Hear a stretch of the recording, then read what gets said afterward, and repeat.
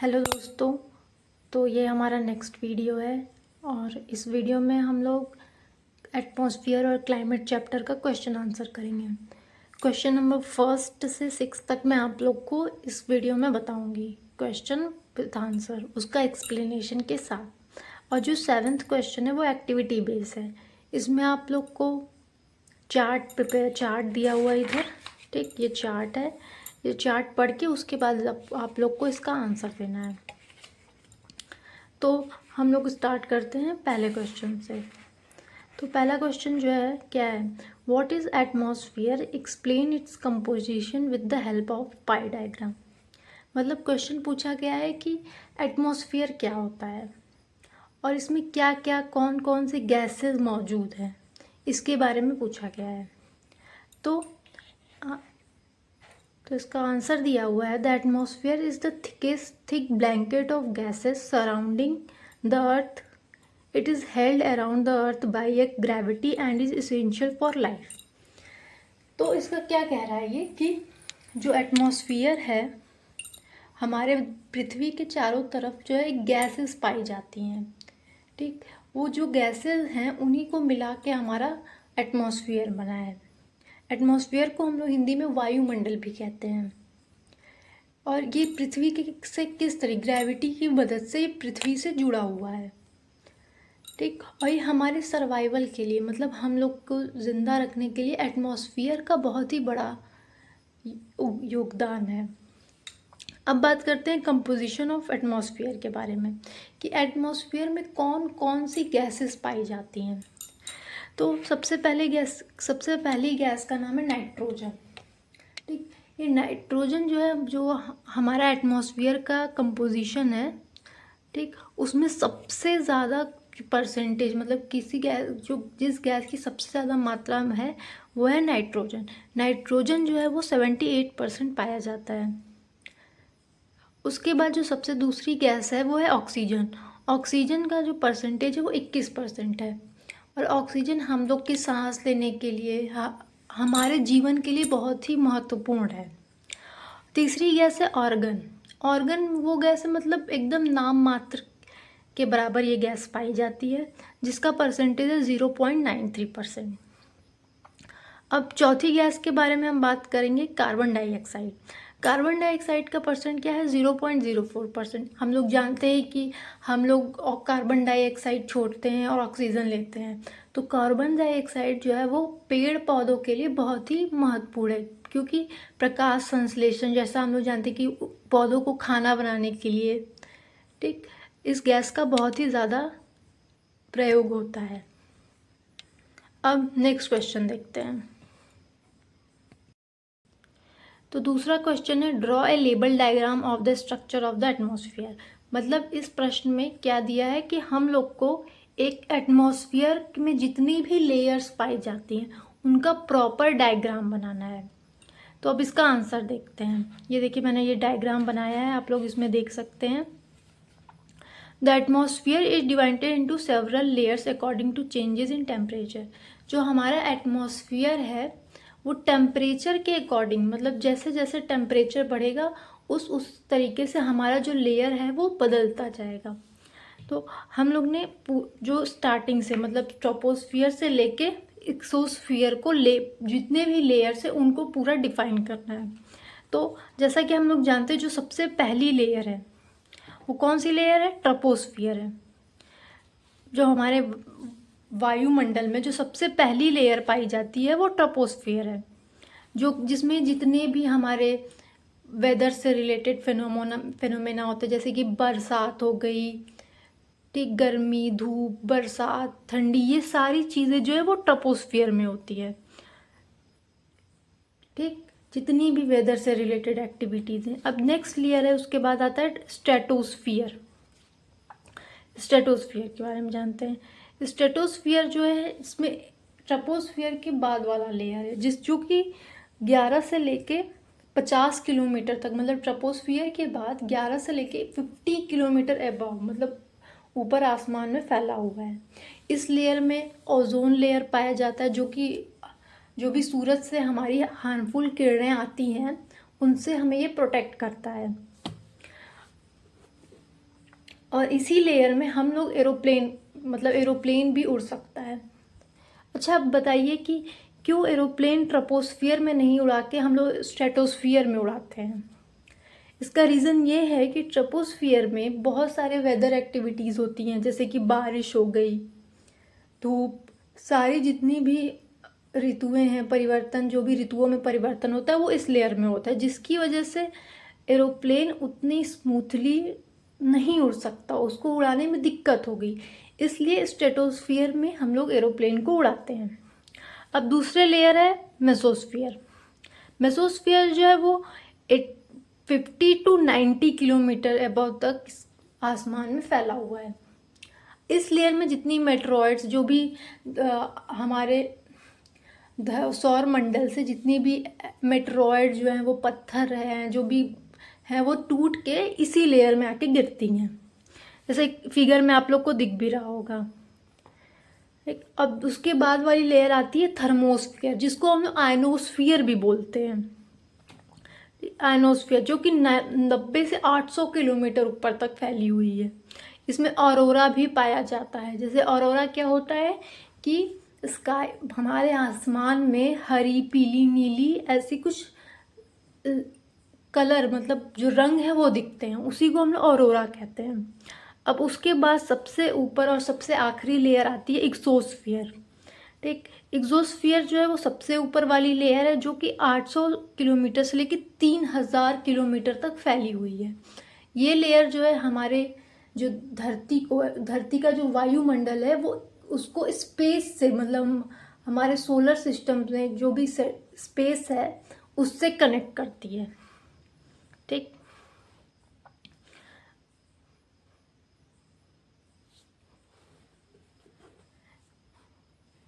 जैसा कि इसमें लिया है exosphere the outer most layer gradually merging into space, मतलब जो भी हमारा आउटर मोस्ट लेयर एक्सोस्फियर है वो हमें स्पेस से कनेक्ट करता है।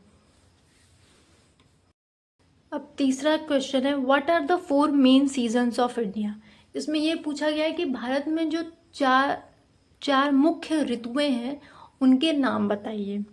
तो भारत में 4 मुख्य ऋतुएं कौन कौन सी पाई जाती हैं। The 4 main seasons of India are, पहला जो सीज़न है सबसे पहले वो विंटर है, जिसको हम लोग शीत ऋतु भी बोलते हैं। उसका जो समय अवधि होता है, मतलब दिसंबर से लगा के, हमारी तरफ दिसंबर से लगा के फरवरी तक ठंडी पड़ती है। पहला जो ऋतु हो गया वो ये हो गया। अब दूसरा होता है समर और प्री मानसून, जिसको कि प्री मानसून भी बोलते हैं, जैसे गर्मी का समय। इसका समय अवधि होता है मार्च से लगा के मई तक, मतलब मार्च से शुरू होती है और हमारे तरफ गर्मी मई तक बनी रहती है।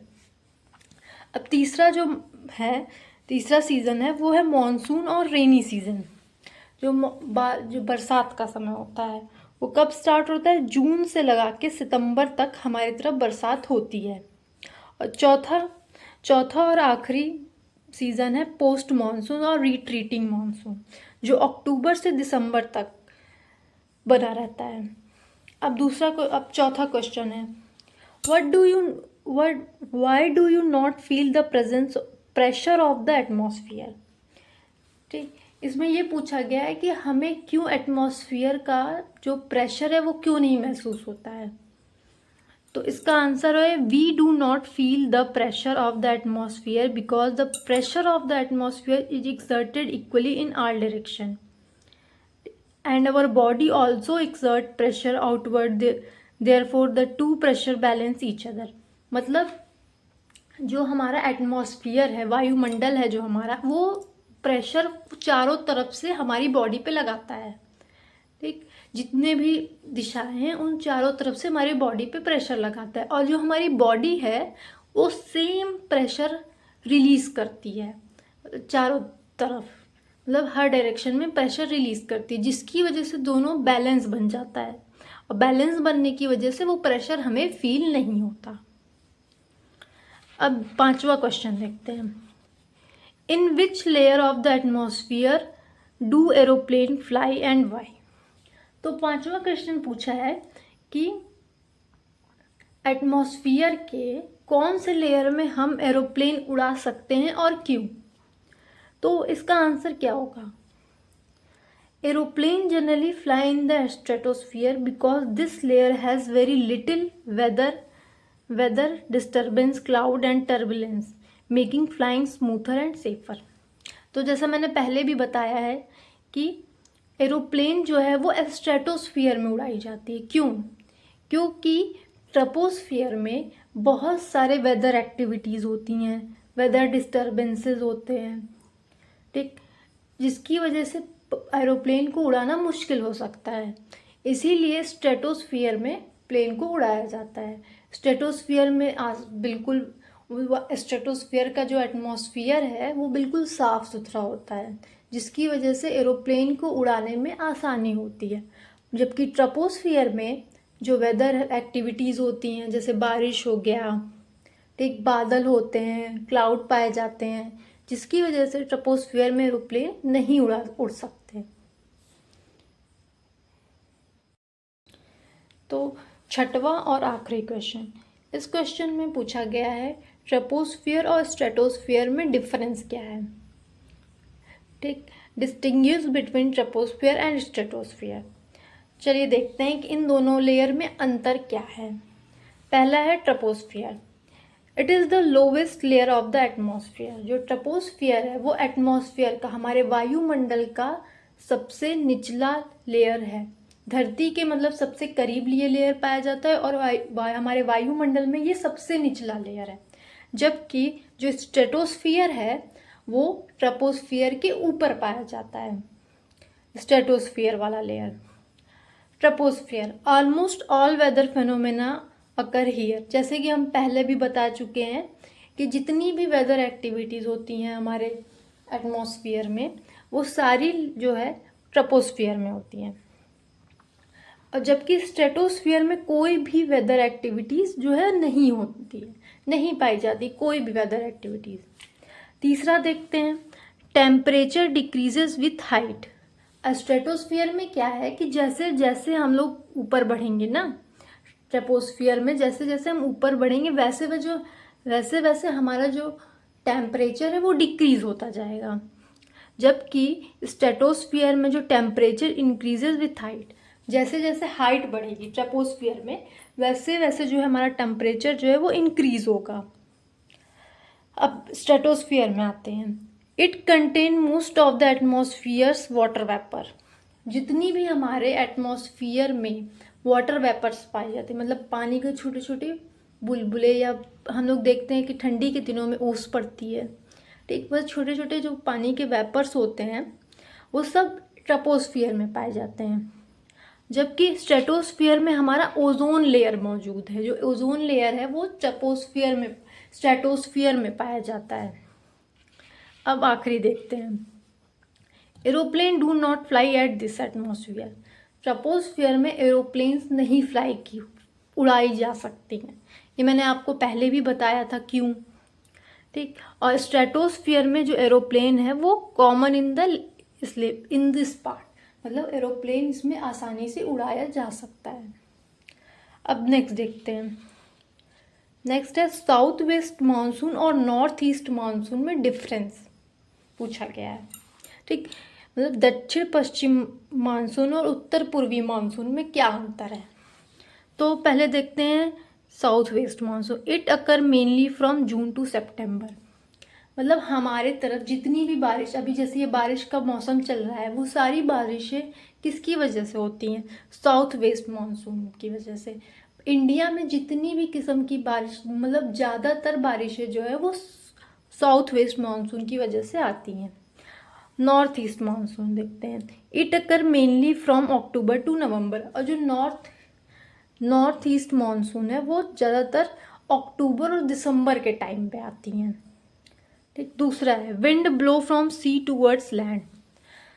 साउथ वेस्ट मानसून में क्या है, जो हवाएं हैं वो सी से, मतलब समुंदर से लैंड की, ज़मीन की तरफ बहती हैं। और नॉर्थ ईस्ट मानसून में जो हवाएं हैं वो लैंड से, मतलब ज़मीन से समुंदर की तरफ बहती हैं। इसीलिए जब हमारी तरफ जब जो हवाएं हैं वो लैंड से जब सी की तरफ जाती है, मतलब बे ऑफ बंगाल से टकराते हुए जब समुंदर की तरफ जाती है, तो हमारे तरफ कर्नाटका और साउथ की साइड में बारिश होती है। वहाँ पे जनरली अक्टूबर नवंबर में वो बारिशें होती हैं।